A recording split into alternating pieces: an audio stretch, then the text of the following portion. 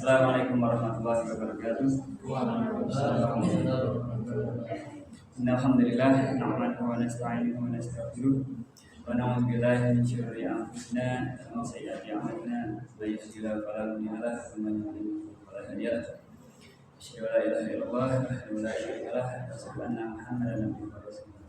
Rabbi ishrah li sadri wa yassir li amri wahlul 'uqdatam min lisani yafqahu qawli.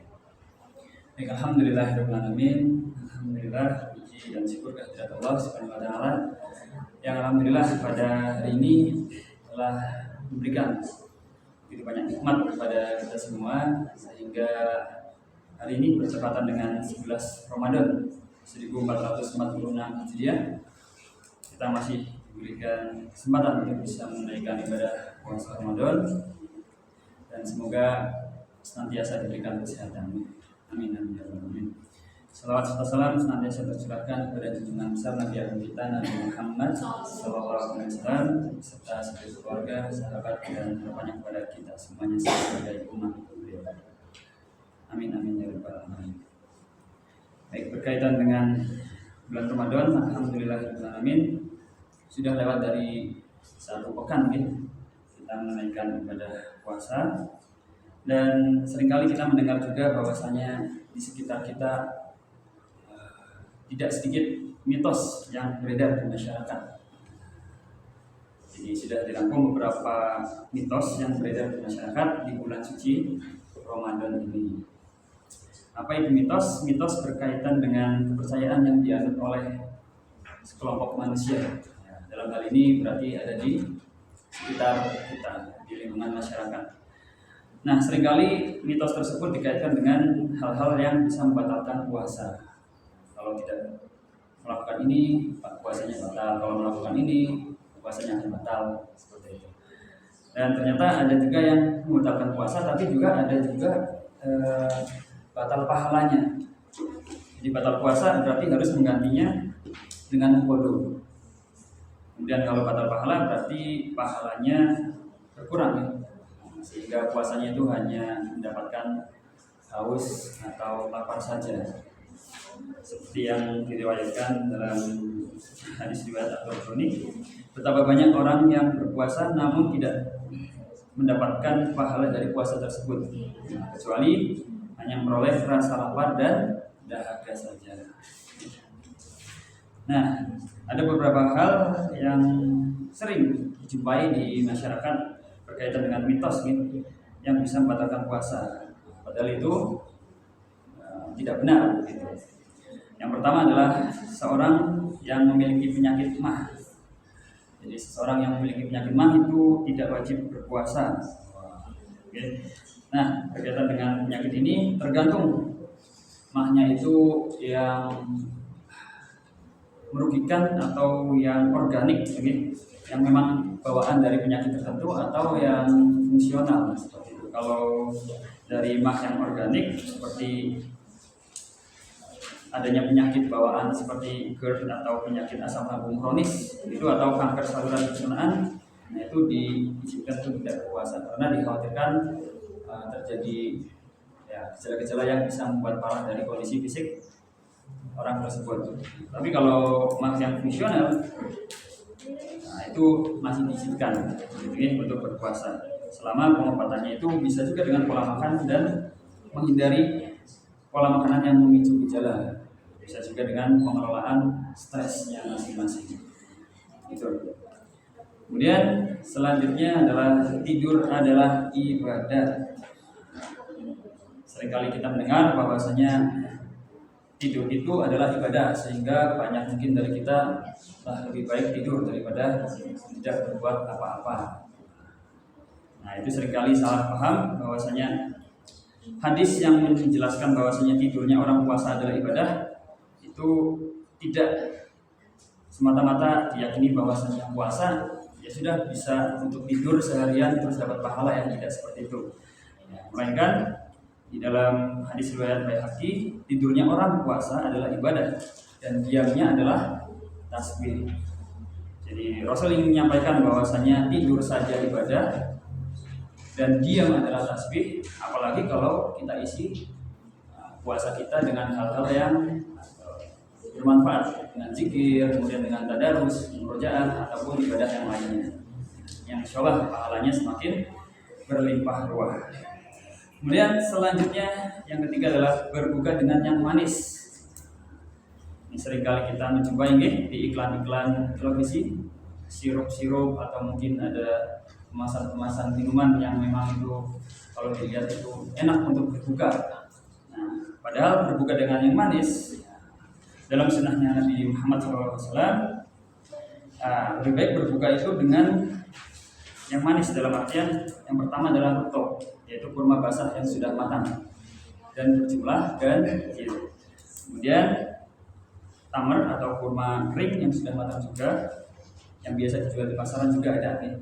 Kemudian baru setelah itu berbuka dengan minum beberapa teguk air putih. Jadi seringkali dimanfaatkan oleh produk-produk sponsor gitu, berbuka dengan yang manis, sehingga yang ditampilkan adalah sirup-sirup atau sejenisnya. Kemudian yang keempat adalah mencicipi makanan. Nah, ini bagi ibu-ibu nih yang seringkali yang lebih masak tentunya nih. Ya, mitosnya adalah seseorang yang memasak lalu mencicipi makanan langsung dianggap batal berpuasa. Gitu, ya. Jadi ya itu mitos.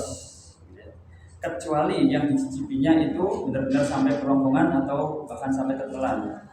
Jadi kalau cuma dicicipi di lidah kemudian dilepehkan, ya insya Allah tidak membatalkan gitu. Tapi kalau dicicipinya berulang-ulang, cicipi sekali enak gitu. Nambah lagi enak, lama-lama kok nambah gitu. Nah, itu bisa membatalkan. Makruh gitu. Jadi kalau tidak ada kepentingan kemudian kita mencoba-coba mencicipi dan ketagihan mencicipinya, wah itu makruh, kurang baik gitu. Jangan sampai dilakukan. Tapi kalau memang ada keperluan mungkin untuk menyajikan hidangan-hidangan tertentu ya yang tidak berlebihan, insya Allah tidak membatalkan puasa. Kemudian menangis. Nah, ini menangis ada juga yang menyampaikan bahwasanya bisa membatalkan puasa. Tapi misal sedang dalam kondisi duka atau mungkin sedih, menangis ya, di pojokan kamar misalnya, atau mungkin dalam perjalanan nangis, sedang turun hujan misalnya nangis, ingin diiringi oleh ada musik-musik tertentu, ya tambah sedih lagi. Itu belum tentu juga itu bisa membatalkan puasa nih, selama air matanya itu tidak masuk ke dalam mulut dan atau bahkan sampai tertelan ya air matanya. Itu. Kemudian selanjutnya ada emosi atau sampai berkelahi. Ada yang menyampaikan bahwasanya emosi sampai berkelahi itu bisa membatalkan puasa. Nah, dalam hal ini puasa bisa disebut dengan tidak batal, atau dalam arti lain tapi pahalanya yang berpulang bahkan habis. Rasul pernah bersabda, bulan Ramadan bulan kesabaran, siapa yang tidak bisa menahan emosinya maka pahala puasanya kurang bahkan habis di sisi Allah, seakan-akan dia hanya dapat lapar dan hausnya saja. Jadi sudah menanti saat berbuka seharian tapi siangnya berkelahi misalnya atau bertengkar, ini bahaya. Termasuk ghibah gitu, membicarakan orang lain gitu. Nah, ghibah ini bisa berujung fitnah nih kalau tidak sesuai dengan kebenarannya. Ya, bahkan ada mitos juga ghibah syar'i, gitu, ghibahnya di dalam musola atau masjid, itu bahaya juga nih. Ini mungkin puasanya tidak batal tapi pahalanya kurang nih. Gitu.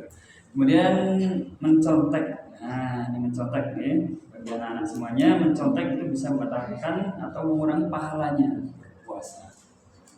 Gitu. Karena Rasul bersabda ada 5 hal yang bisa menghapuskan pahala berpuasa. Salah satunya adalah al-khosib atau berbohong. Karena mencontek itu berarti membohongi diri sendiri, orang tua, guru, kepala sekolah, sanak family dan lain sebagainya. Jadi merugikan. Karena nilai yang diperoleh itu bukan nilai murni dari hasil perjuangannya sendiri, tetapi dari hasil menconteknya itu. Kemudian sikat gigi. Nah, ya, sikat gigi. Sikat gigi bisa membatalkan puasa apabila sampai tertelan juga nih, sampai masuk kerongkongan sampai tertelan.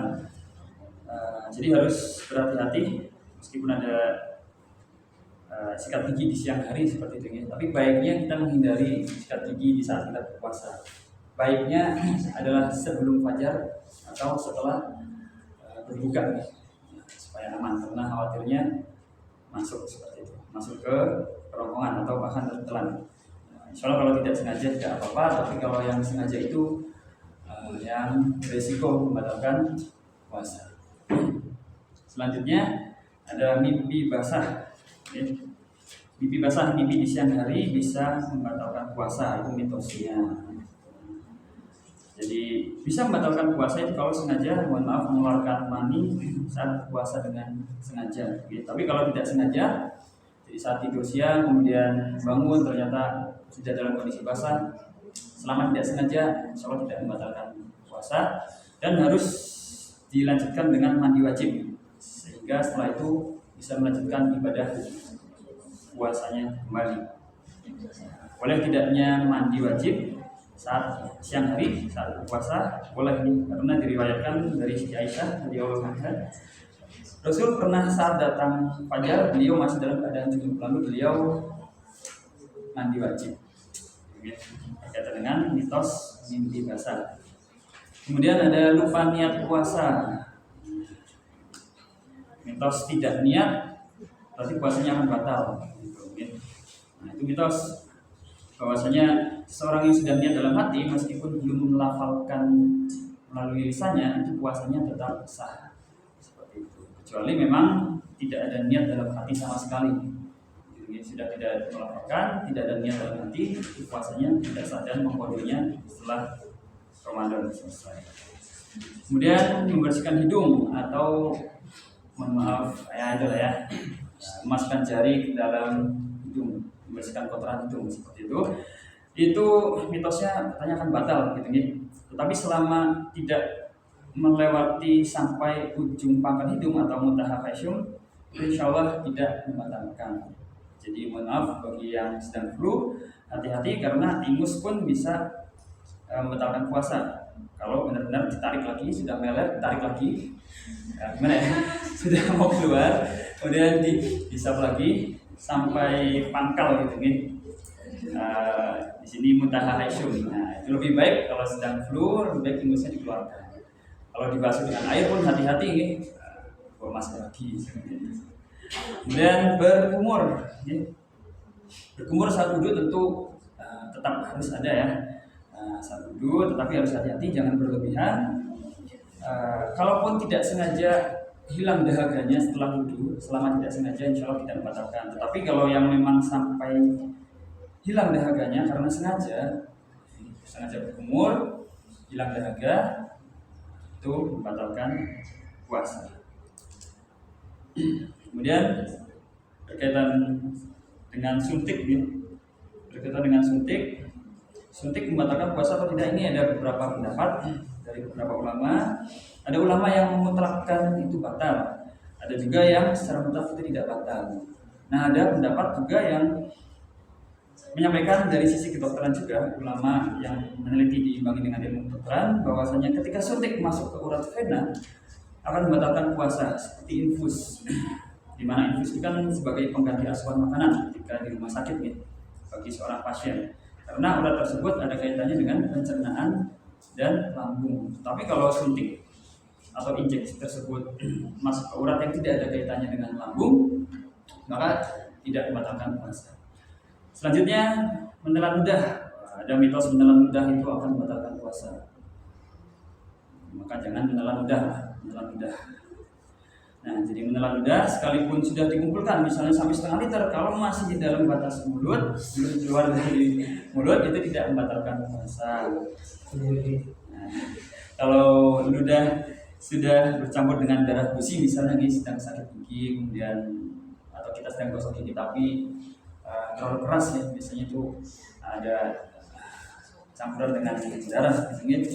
Nah, itu harus dikeluarkan, harus disucikan kumur-kumur, tapi dengan catatan jangan sampai airnya itu dengan sengaja masuk ke kerongkongan atau sampai tertelan gitu. Termasuk dahak, hati-hati dengan dahak kita juga.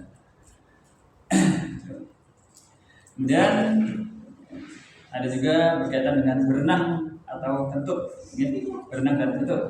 Nah, ini lebih baik kita hindari nih, karena sangat sulit bagi kita berenang di siang hari untuk menghindari yang namanya air itu masuk ke dalam tubuh kita. Jadi lebih baik kita mencegah itu daripada nanti kita terlalu beresiko.